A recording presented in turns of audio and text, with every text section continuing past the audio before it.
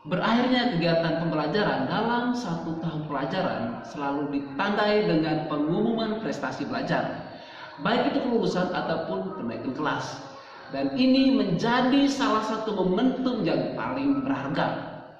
Kalau kita benar-benar mengikuti proses itu dengan baik, maka setiap hasil yang kita dapatkan akan menjadi sangat bermakna pula. Menjadi bermakna karena kita sendirilah yang berusaha. Jatuh bangun lagi, gagal coba lagi, selalu optimis, bertanggung jawab dan juga mandiri. Itulah yang dinamakan pemenang. Memang benar bahwa kita dibesarkan oleh pengalaman, ditempa oleh dinamika, dan tujuanlah yang membuat kita untuk terus bergerak maju dan belajar. Masa depan harus diperjuangkan.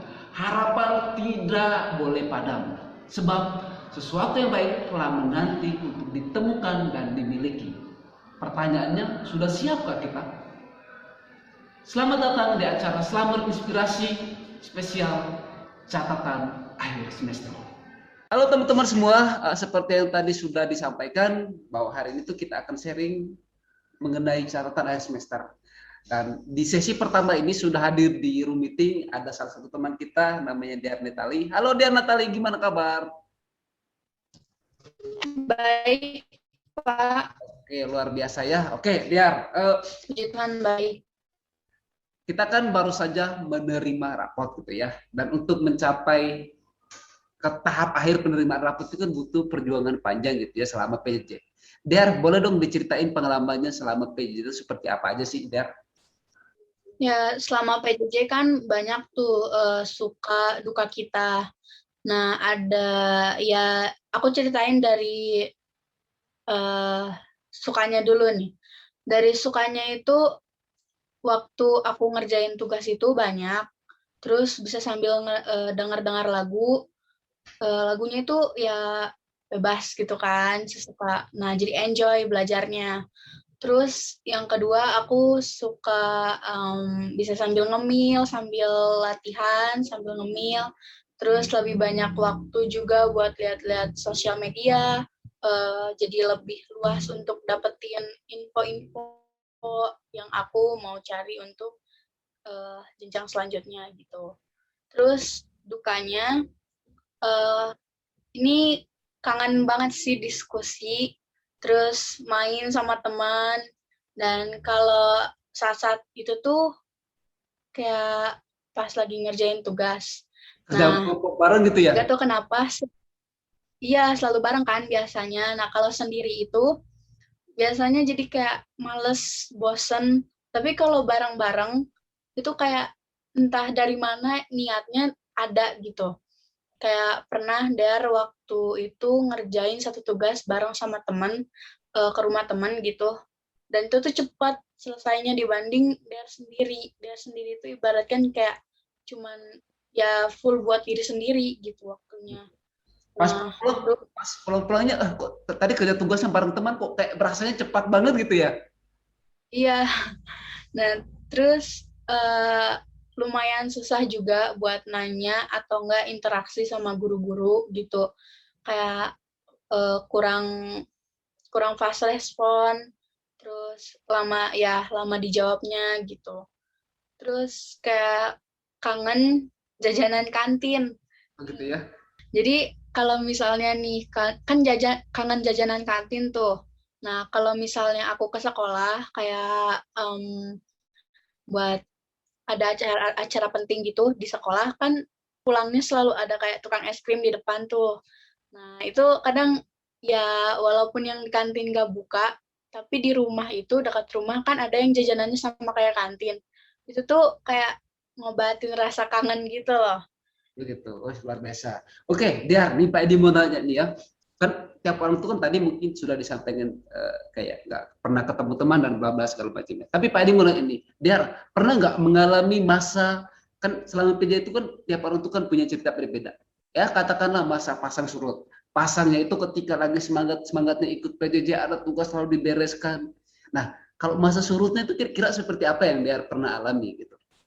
Jadi di mana satu saat ini pernah Zoom gitu kan atau enggak meet pelajaran. Nah, di situ tuh kayak males banget karena emang di satu hari itu bentrokan padat banget. Kayak di satu hari itu semuanya Zoom gitu, Meet.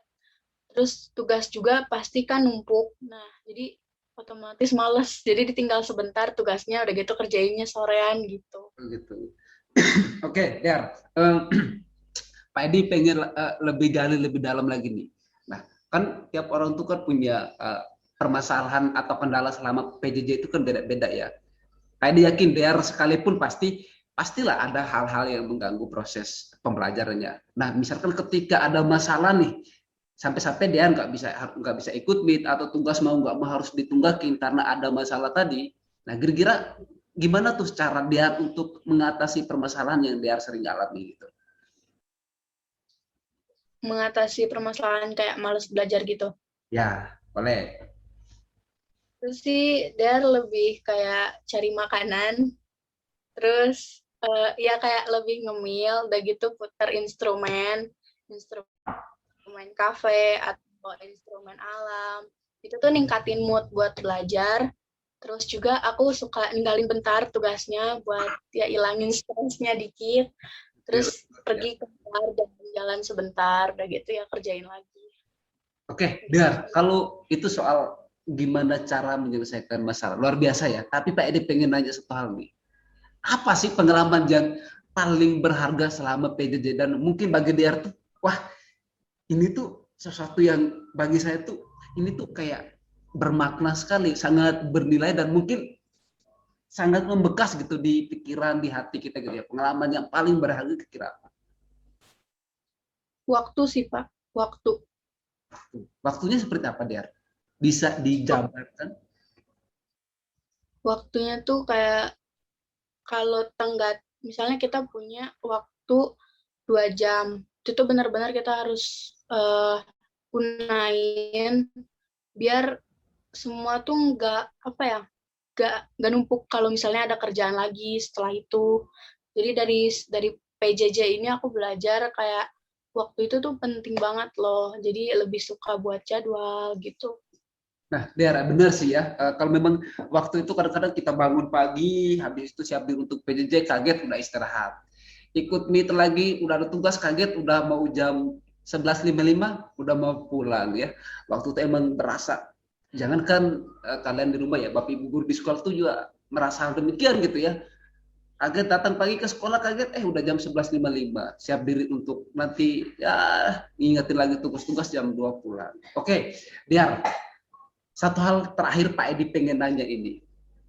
Ini kan sebentar lagi kita liburan dan di bulan 7 nanti itu kita akan kembali mengikuti PJJ Part 2 ya. PJJ Part 2 nih.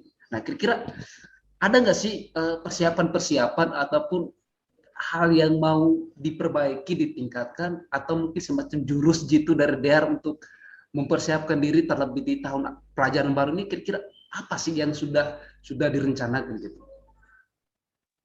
Atau mungkin yang perlu diperbaiki atau yang perlu ditingkatkan. Nah, ini mungkin teman-teman yang lain ya, sebelum DR cerita ya, mungkin ini juga menjadi tips-tips untuk teman-teman dalam mempersiapkan diri untuk tahun pelajaran mendatang. Yuk, DR silakan. Oke, jadi kan di kelas 9 ini ya masuk lah ya PJJ tahap 2 gitu. Nah, dimana ntar kayak teman-teman seangkatan DR juga mau naik ke jenjang yang lebih tinggi juga kan. Nah, di situ tuh kita harus lebih pintar buat targetin apa yang mau kita capai. Jadi di kelas 9 itu kayak gak lebih sia-sia gitu loh. Jadi bermakna terus punya arti gitu. Menghargai waktunya di kelas 9. Oke, teman-teman, kalau tadi Pak Edi dengar dari penjabaran DR, itu ada 4 poin yang menurut Pak Edi ini bisa menjadi inspirasi banget buat kita. Yang pertama soal gimana sih memanfaatkan waktu. Karena kadang-kadang kita suka main, buka hal lain, malah tahu-tahu tugasnya udah nunggak. Yang kedua itu soal target. Apapun yang kita lakukan harus punya target. Entah itu sesantai apapun, dengan cara kita yang seperti apapun, tapi harus punya target. Oke, saya main, tapi hari ini tuh saya harus buat apa sih yang paling nggak bermanfaat buat saya. Udah gitu target yang kita dapatkan itu harus benar-benar bermakna dan juga harus bernilai bagi kita. Oke, ini mau liburan, apa sih pesan buat teman-teman dari kelas 7 sampai kelas 9? Apa sih pesan buat mereka? Jangan lupa imannya dikuatin. Terus imunnya juga jaga kesehatan. Iman, ibu. Terus gunain juga prokes. Oke.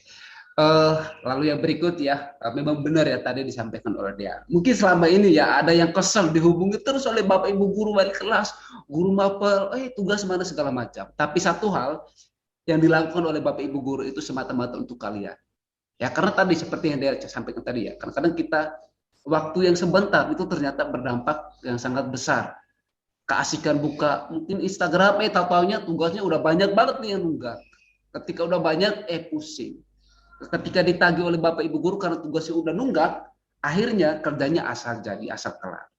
Tapi sekali lagi ya mungkin dengan sharing dengan Diar hari ini itu bisa menjadi inspirasi untuk teman-teman terlebih dalam mempersiapkan diri di di tahun pelajaran yang akan datang. Oke Diar ya, terima kasih banyak untuk sharingnya hari ini. Mudah-mudahan apa yang disampaikan oleh Diar hari ini teman-teman bisa menjadi inspirasi, bisa menjadi motivasi bagi kita semua dalam mempersiapkan diri untuk tahun ajaran baru. PJJ part 2 bro, kita PJJ lagi gitu ya. Semangat dan semangat, semangat dan semangat. Terima kasih Diar ya untuk waktunya. Selamat siang Diar. Ya, selamat siang Pak. Terima kasih.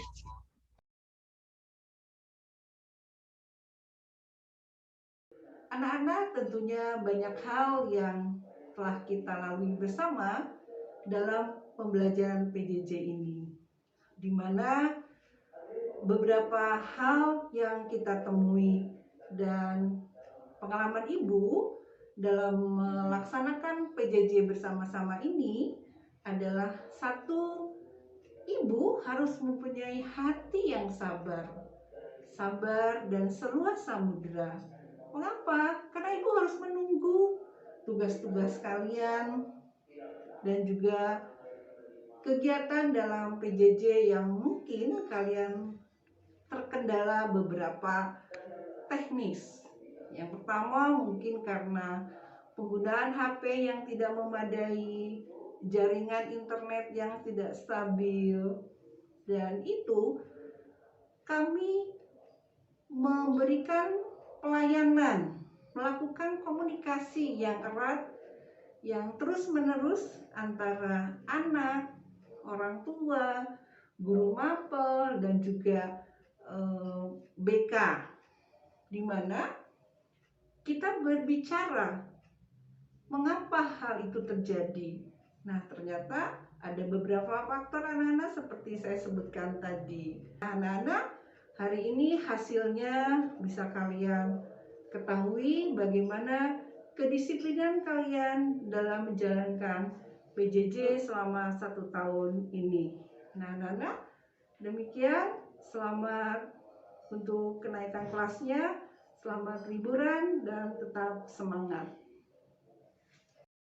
Pengalaman saya dalam mengajar di suasana PJJ ini tentu ada suka dukanya. Sukanya yaitu bisa belajar aplikasi dan metode yang baru yang tentunya tidak ada persiapan atau pelatihan secara khusus. Dukanya tentu dalam memenuhi jam mengajar tidak bisa seperti biasanya. Tentunya dalam menyampaikan materi juga daya serap siswa akan berbeda dengan yang bertatap muka langsung. Juga dalam mengontrol tugas-tugas siswa. Nah, disinilah kami para guru membutuhkan kerjasama dengan para orang tua murid di rumah. Tetapi ada beberapa kendala, di antaranya orang tua ada yang bekerja di luar rumah ataupun mempunyai kesibukan yang lain. Terlebih yang sering menjadi kendala adalah akses internet yang kurang stabil. Nah, kami para guru merindukan untuk segera bisa berkumpul dengan para siswa supaya bisa menyampaikan materi dengan maksimal.